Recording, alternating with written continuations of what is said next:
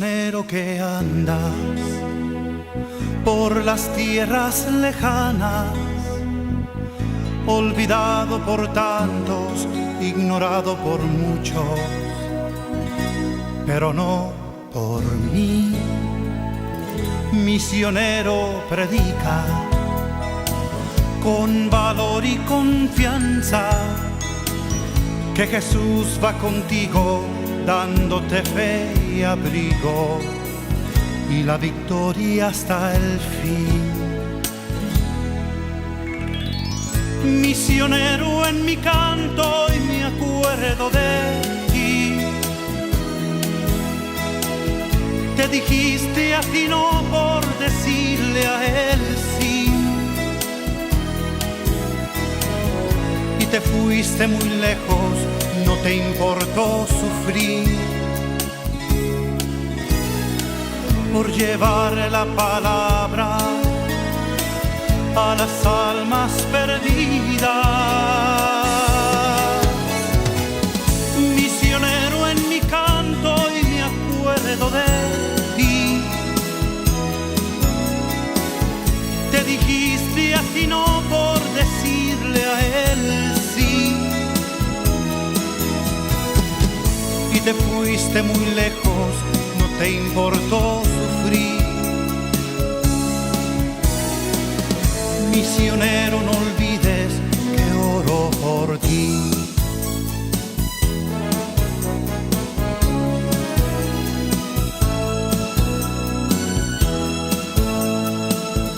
Misionero que andas por las tierras lejanas, olvidado por tantos, ignorado por muchos, pero no por mí. Misionero, predica con valor y confianza que Jesús va contigo, dándote fe y abrigo, y la victoria hasta el fin. Misionero, en mi canto y me acuerdo de ti. Te dijiste a ti no por decirle a él sí, y te fuiste muy lejos, no te importó sufrir por llevar la palabra a las almas perdidas. Misionero, en mi canto y me acuerdo de ti. Te dijiste a ti no por decirle a él sí, y te fuiste muy lejos, no te importó sufrir. Misionero, no olvides que oro por ti. Misionero, hay un pueblo que ora por ti.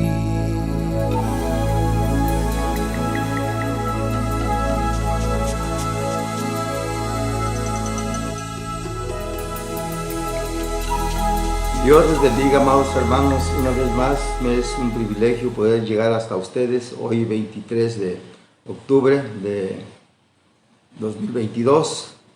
Bueno, alguien me dijo: pastor, ¿todavía usted sigue grabando mensajes? Digo, sí. ¿Y por qué lo hace? Bueno, lo hago por dos razones. Una, porque hay hermanos que no pueden ir a la iglesia por su trabajo, por alguna razón, y queremos que ellos escuchen esa palabra.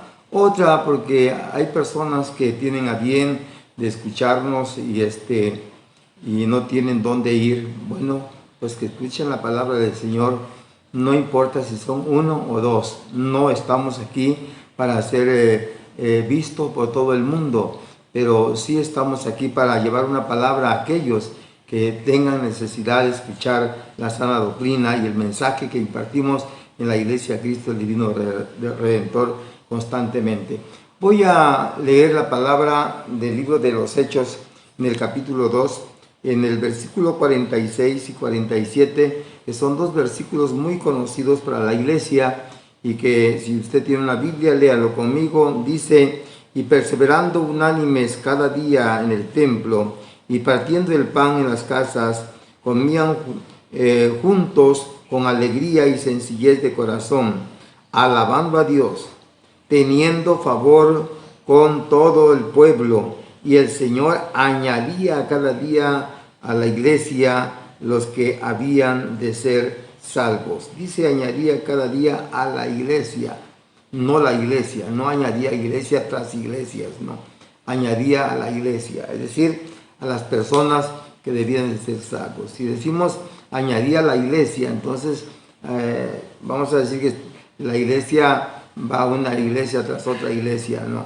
La iglesia es una sola, pero dice añadía a la iglesia, a los que habían de ser salvos, a la gente, a las congregaciones que debían de ser salvos. Y pues hemos puesto por tema, por título, como quiera usted interpretarlo, esta predicación, las adiciones de la iglesia. ¿Por qué hablo de adiciones? No hablo de religión, organización, no hablo de los miembros, hablo de la gente que ha venido creyendo en Cristo. La semana pasada, el domingo pasado, hablamos acerca de los misioneros, cómo da en principio la iglesia misionera, cómo surgen los primeros misioneros. Bueno, pero hoy quiero ir complementando algo acerca de la iglesia, aunque muchos escritores, teólogos han hablado de que la iglesia existe desde el Antiguo Testamento. Como pueblo de Dios, como pueblo de Cristo, pues sí, está desde el Pentateuco para acá lo que es el pueblo de Dios, y el mismo Señor lo dijo: de estos dos pueblos haré un solo pueblo. Pero también Él nos habla claramente allá en el libro de los Hechos, en el capítulo 20-28, dice que la iglesia, la cual ganó con su propia sangre. Entonces estamos hablando de la iglesia de Jesucristo, no del pueblo de Dios, aunque vuelvo a repetir, es uno solo ahora en Cristo, porque muchos judíos y los que practican la ley y aún de cualquier otra religión o sectas han venido creyendo en Cristo y se han integrado a la verdadera iglesia de Cristo.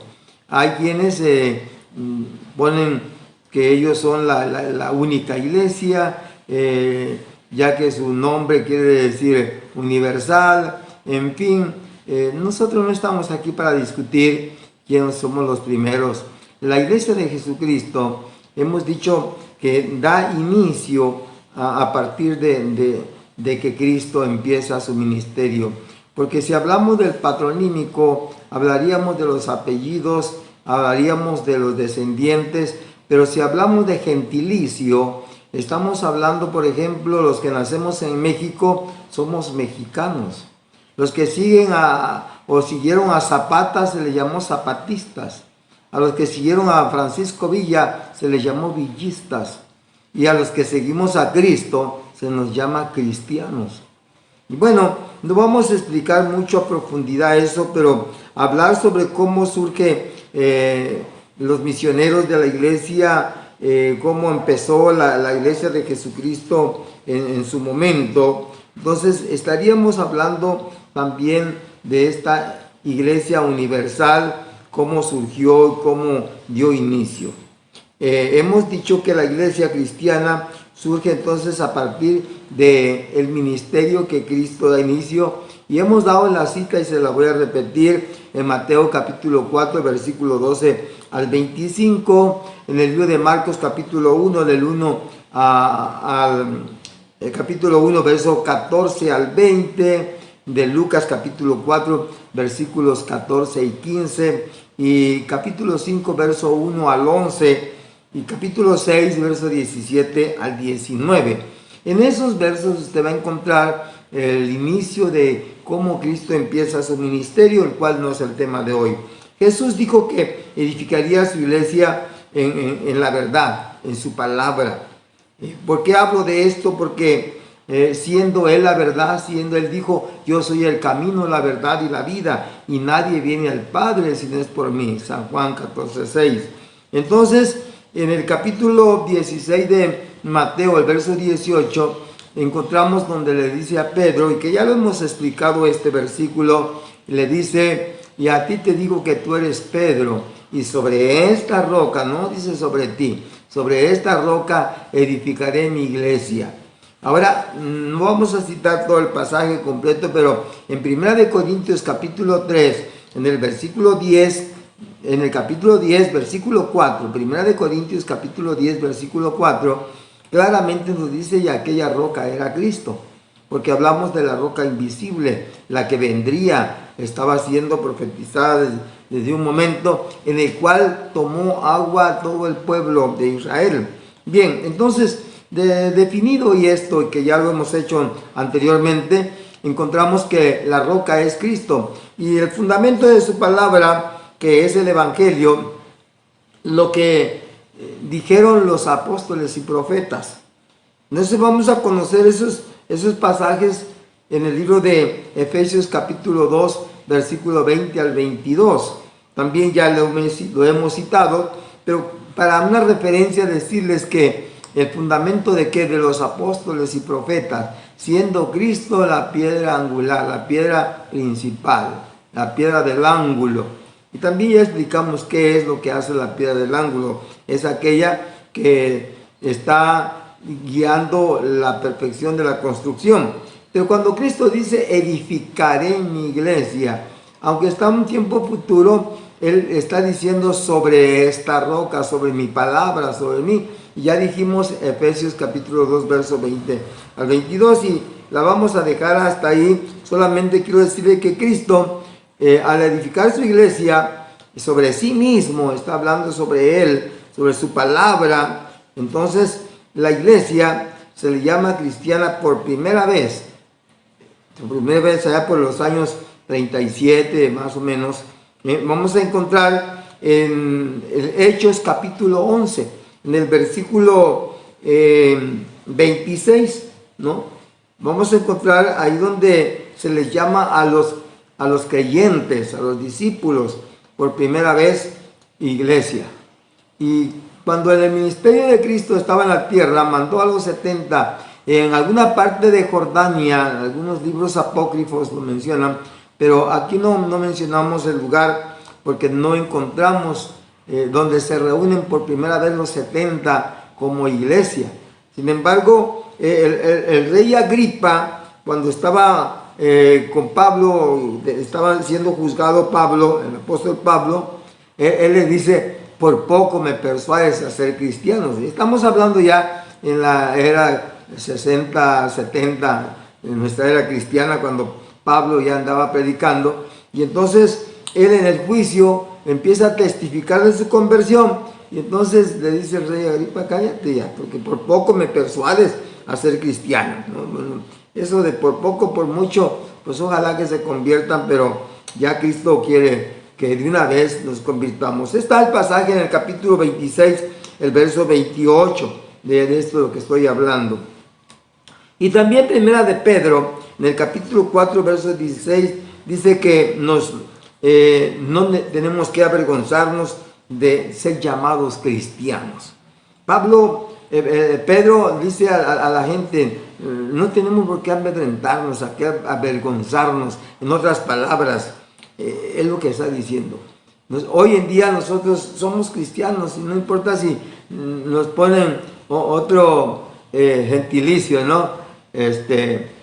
Brinca para atrás o aleluya, o no importa, pero somos cristianos. Y hablar de la historia del cristiano allá por los años 300, en la era cristiana, 336, 37, el emperador Constantino declaró cristiano su imperio, pero cristiano nada más porque estamos en la era cristiana. Y hoy todo mundo es cristiano porque ha nacido en la era cristiana. Pero la verdad, ser cristiano es obedecer la palabra de Dios. Ser cristiano es haber experimentado el nuevo nacimiento en Cristo Jesús. cuando le recibimos como nuestro único y suficiente Salvador. De ahí pues que nos convertimos en hijos de Cristo y por eso nos llaman cristianos, ¿no? A veces a alguien, el hijo de una persona importante, le dicen Junior, ¿no?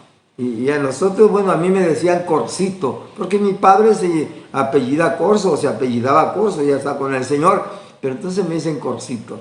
Entonces nosotros somos cristianos porque somos de Cristo, pertenecemos a Cristo y a quien no le parezca, pues ni modos. Puede ser budista, helenista, puede ser lo que quiera, pero juanista, puede ser fatimista, etcétera, etcétera. No nos interesa eso, pero nosotros sí debemos de tener claro de que no tenemos que avergonzarnos de ser cristianos. Así que la visión de la iglesia empieza ya a crecer, una vez que la iglesia empieza a tener ya presencia a través de Cristo. Y cuando el Señor los manda a Jerusalén y les dice que no se salgan de ahí hasta que sean llenos o investidos por el poder del Espíritu Santo, algunos escritores dicen que ahí surge la iglesia pentecostal. Bueno, yo estoy de acuerdo porque la palabra pente quiere decir 50 días después de la Pascua. Bueno, pente 50, ¿no? Entonces, Pentecostés 50 días después de la Pascua. Así que, pero es la iglesia cristiana Pentecostés. La iglesia cristiana en sí, vuelvo a repetir, surge desde el ministerio de Cristo porque empezamos a seguir a Cristo y a creer en Cristo y desde ese momento eran cristianos, aunque no les llamaban cristianos todavía. Inclusive cuando llega el día de Pentecostés todavía no les llaman cristianos. Pero entonces ahí, pentecostales porque fueron llenos por el poder del Espíritu Santo, ya expliqué. Entonces, la iglesia cristiana Pentecostés hoy en día es la iglesia que practica el bautismo del Espíritu Santo, que en otra ocasión vamos a tocar ese tema, pero la visión de la iglesia, ya leímos ahí en el capítulo 2 de Hechos, desde el versículo 41, nosotros encontramos ahí la visión de la iglesia. Así que los que recibieron su palabra fueron bautizados y se añadieron en aquel día unas 3,000 personas, ¿no? Y es lo que dice ahí. Y perseveraban en la doctrina de los apóstoles. No dice de Pedro, dice de los apóstoles. En la comunión unos con otros. En el partimiento del pan y en las oraciones. Entonces la iglesia tuvo un principio y cómo surge esa congregación se iba añadiendo. Y vamos a ver que más adelante cómo la iglesia sigue creciendo. El número aumentaba después del Pentecostés. Ya lo vamos a encontrar, por ejemplo, en el capítulo 4, versículo 4 de ahí de los Hechos, dice que en el segundo mensaje se convirtieron 5,000 más. Y vean ustedes, 3,000 más 5,000, 8,000. La primicia de 3,000, 1,000 para el Padre, 1,000 para el Hijo y 1,000 para el Espíritu Santo. Bueno, ese es un decir. Pero la iglesia sigue creciendo y se sigue añadiendo, ¿no? El crecimiento es constante de la iglesia. La iglesia no se queda ahí paralizada. La iglesia es una iglesia que permanece cada día porque el crecimiento de la iglesia, quiero decirles que es algo que mucha gente ha querido tener, inclusive ha querido llevar.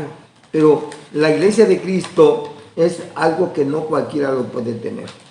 ¿Por qué? Porque tienen que arrepentirse, tienen que cambiar, tienen que experimentar el nuevo nacimiento, tienen que haber sido ya una persona renovada, una persona nueva, una persona que ya no puede seguir viviendo como los tiempos de vivir en el pecado.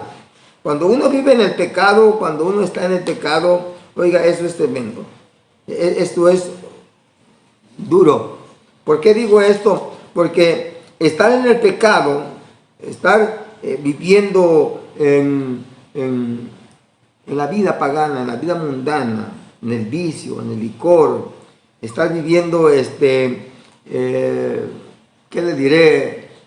En fornicación, en adulterio, estafando a la gente, Entonces, nosotros vamos a entender que Dios no le place eso. Dios, para Dios eso es abominable, es una abominación. No podemos nosotros entonces ser parte de Cristo si no hemos nacido en Cristo. Déjeme leerle esta edición de la palabra del Señor, que como cada día empieza a crecer por lo mismo, de que los cristianos predicaban sin descansar. Predicaban, ahora sí que sin dar tregua alguna, ¿no?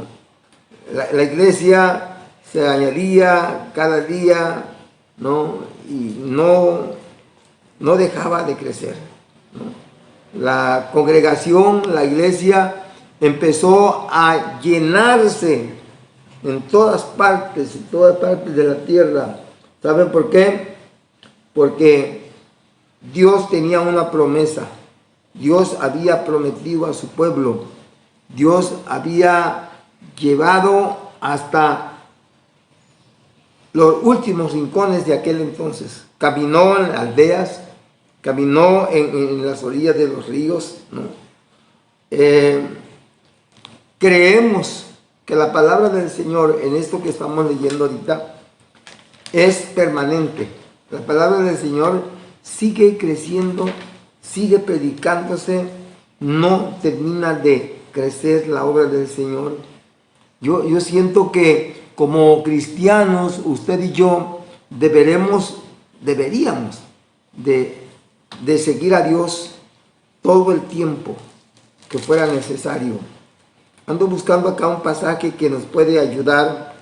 Por ejemplo, en el libro de Hechos capítulo 4:4 dice: pero muchos de los que habían oído la palabra creyeron, y el número de los varones eran como 5,000.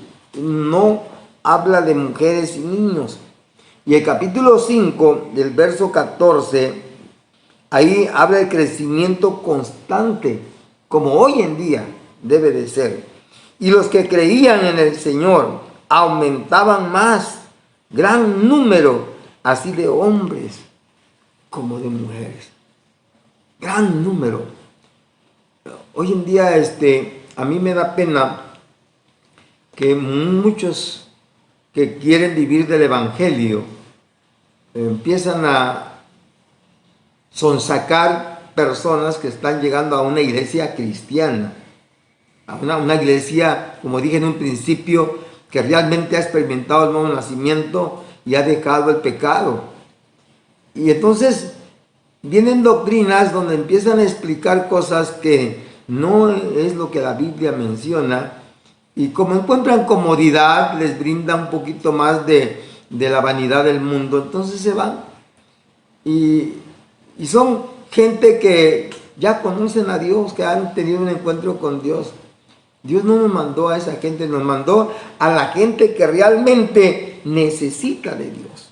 Miren, algunos que escuchaban como los sacerdotes, por ejemplo, allá en el capítulo 6, versículo 7 aquí de Hechos: y crecía la palabra del Señor, y el número de los discípulos se multiplicaba grandemente en Jerusalén. También muchos de los sacerdotes obedecían a la fe. No eran unos cuantitos. Muchos de los sacerdotes creían a la fe. La iglesia, como dije en un principio, es para todos, porque el Señor predicaba en las aldeas, en las orillas del mar, en el desierto, donde fuera. Él predicaba. Y hablábamos de los misioneros la vez pasada, que no vamos a ir a levantar una misión donde ya existe una iglesia, una misión. Independientemente de las iglesias pueden levantar misiones, pero aquí no. La gente que no creía, la gente que no conocía a Dios, dice en el capítulo 11, versículo 21, aquí mismo de los Hechos, dice: y la mano del Señor estaba con ellos, y gran número creyó y se convirtió al Señor. Se convertían a Cristo, no a una religión. Nosotros no predicamos religión. El día de ayer encontré un sobrino que fui a visitar en cierto lugar, y venía de una peregrinación con su escapulario, su crucifijo, y muy devoto. Y le empecé a hacer preguntas. Él ni siquiera sabía qué significaba la secta, la religión en donde él asiste. Ni siquiera eso sabía. No conoce nada de Biblia. Entonces es pura tradición. Entonces, eso no es convertirse a Cristo, eso es llevar una religión, eso es fácil. Creer en Dios, todo el mundo cree y hasta el diablo cree, pero convertirse a Cristo es dejar todo el pecado, dejar de vivir en el pecado. Estamos en el mundo, pero ya no somos del mundo. Tenemos que hablar de una santidad que sería un poco largo hablarles de eso. Entonces dijimos que la mano del Señor estaba con ellos y gran número creyó y se convirtieron a Cristo. Y ahí también dice en el verso 24 de ese mismo capítulo. Quiero ir cerrando este pasaje porque es un poco largo la prédica que hoy estoy tocando. Miren, Pablo en muchos pasajes de la Biblia que no voy a citar hoy, siempre levantó iglesias y misiones, y eso ya lo mencioné en la prédica anterior. Nosotros, un servidor, Dios me ha concedido levantar 6 iglesias. De esas 6 iglesias, alguien me retó y me dijo que ser pastor era lo más fácil. Y me dijo muchas cosas que no voy a mencionar. Y él dice, y le voy a demostrar que yo puedo ser pastor como usted. Inclusive le dimos 15 almas de la iglesia que pastoreamos, de la congregación que tenemos, y acabó con todo. Y terminó en el vil pecado. El pastorado no es fácil. El ser pastor no nace ni se hace, es un llamado de Dios. En cierta ocasión, voy a contar esta pequeña anécdota que viene a mi mente. Se dice que cuando Cristo ascendió a los cielos, allá en el Monte de los Olivos, ante más de 500 personas, llegó a la presencia de Dios y los ángeles le hicieron vaya, es decir, dándole la bienvenida. Y dice uno de los ángeles, Señor, y ahora que te viniste, ¿quién va a predicar tu palabra? Y dice, bueno, preparé a mis discípulos, a los apóstoles. Ellos van a llevar mi mensaje, mi palabra en todo el mundo. Ah, sí, Señor, qué bueno. Y los ángeles aplaudían y todos contentos y felices. Pero luego otro ángel, un querubín, dice, Señor, pero ¿qué va a pasar cuando los apóstoles mueran? ¿Qué va a suceder? Ay, el Señor dice, para eso dejé mi iglesia y les di órdenes y les dije, id por todo el mundo y predicad el evangelio a toda criatura. El que creyere y fuere bautizado, ese será salvo. Tienen la ordenanza y el mandato. Y entonces todos los ángeles, los querubines, los serafines y contentos, ¿no? Qué bueno. Y Señor, ¿y qué tiempo va a tardar ahí? Hasta que mi palabra sea escuchado en todos los rincones de la tierra. Habrá mucha gente que no quiere escuchar el mensaje porque no quiere dejar el pecado. Pero una cosa es que no quiera y otra cosa es que no sepa. Hoy todo el mundo sabe que Cristo vino a buscar y a salvar lo que se había perdido. Un día Él vino a nacer, y Él lo dice en San Juan capítulo 1, Evangelio según San Juan, versos 9, 10, 11, 12 y 13. Ahí en esos pasajes dice que Él vino a este mundo como luz a las tinieblas. Dice, a los suyos vino, dice Juan, y los suyos no le recibieron. Cuando dice a lo suyo, está hablando a su pueblo, a Israel, que es el pueblo de Dios. Pero luego dice, y los suyos no le recibieron, sus hermanos, porque Él es judío, no le recibieron.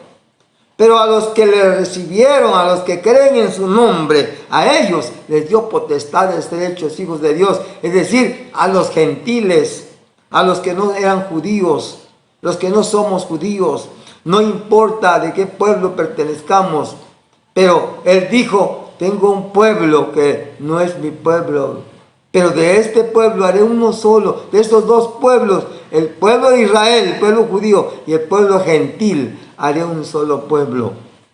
Pero la iglesia de Jesucristo es la que dice los apóstoles, lo que hablan allá en Hechos capítulo 20, verso 28, el cual compró con su propia sangre. ¿Sí? ¿Lo quiere leer? Capítulo 20, verso 28 del libro de los Hechos. Ahí vamos a encontrar de esa promesa, de esa palabra, que no importa quién sea usted, si en este momento usted acepta a Jesucristo como su único y suficiente Salvador, eso es más para que usted pertenezca a este pueblo. Se lo quiero leer porque es importante. Hechos capítulo 20, verso 28. Dice, por tanto, mirad por vosotros y por todo el rebaño en que el Espíritu Santo, oiga, el Espíritu Santo os ha puesto por obispos para apacentar la iglesia del Señor, la cual Él ganó por su propia sangre. No dice un pueblo, dice la iglesia del Señor, la que vino a comprar con su propia sangre. Él vino a buscar y a salvar lo que se había perdido. Le pregunto a usted, ¿quiere ser parte de esa iglesia? Pues acéptelo como su único y suficiente Salvador. Le digo a la iglesia que me escucha, sobre todo Cristo el Divino Redentor del Concilio Nacional de las Asambleas de Dios en Tuxtla Gutiérrez, les pregunto, la iglesia se está añadiendo cada día. ¿Quién irá? Pablo dice allá en 1 Corintios, en el capítulo 6, dice, si no hay quien les predique, ¿cómo irán de aquel? Si no hay quien les hable, ¿cómo creerán? ¿Quién irá entonces? Le pregunto a ustedes, hermanos de la congregación que ministro. Si no van ustedes, si no vamos nosotros, ¿quién cree que va a ir? Tenemos esa gran responsabilidad de que esta iglesia cristiana siga creciendo. ¿Hasta cuándo? Hasta la venida del Señor. Cuando Cristo venga por su iglesia y se lleve a su pueblo como iglesia que compró y ganó con su propia sangre, entonces las cosas serán diferentes y el Espíritu Santo estará en este mundo como estuvo en el Antiguo Testamento, pero ya no como el ayo, ya no como el consolador, ya no como nuestra guía, ya no como aquel que nos hace hablar en otras lenguas, que nos bautiza con su presencia. Ahora les invito, pues, este reto, que vayamos y prediquemos la palabra del Señor. Quiero hacer una oración por ustedes y por aquellos que quieran aceptar a Cristo como su único y suficiente Salvador. Padre que estás en el reino de los cielos, he tratado de explicar a tu pueblo lo que es la iglesia. No estamos hablando otra cosa más. La discusión por los teólogos, para los escritores, los historiadores es otra cosa. Pero aquí estamos viendo que esa iglesia que fue lavada con tu sangre preciosa y que fue comprado a precio de sangre, es la que tiene la responsabilidad y el deber de llevar tu palabra a todos los rincones de la tierra donde se nos presente la oportunidad, en la cárcel, en los hospitales, en el trabajo, en la escuela, en la universidad, en cualquier parte que nos encontremos, de hablar tu palabra y predicar tu evangelio y dar las buenas nuevas y dar testimonio de que un día tú nos rescataste del pecado, del lodo cenagoso, y qué es lo que quieres hacer con todos los hombres que viven en pecado y esclavizados de esta maldad. Señor, muchas gracias por esta palabra. Bendice a tu pueblo y a tu iglesia sobre todo. Muchas gracias, Dios. Hermanos queridos, nos vemos para el próximo domingo, si el Señor lo permite. Muchas bendiciones a todos.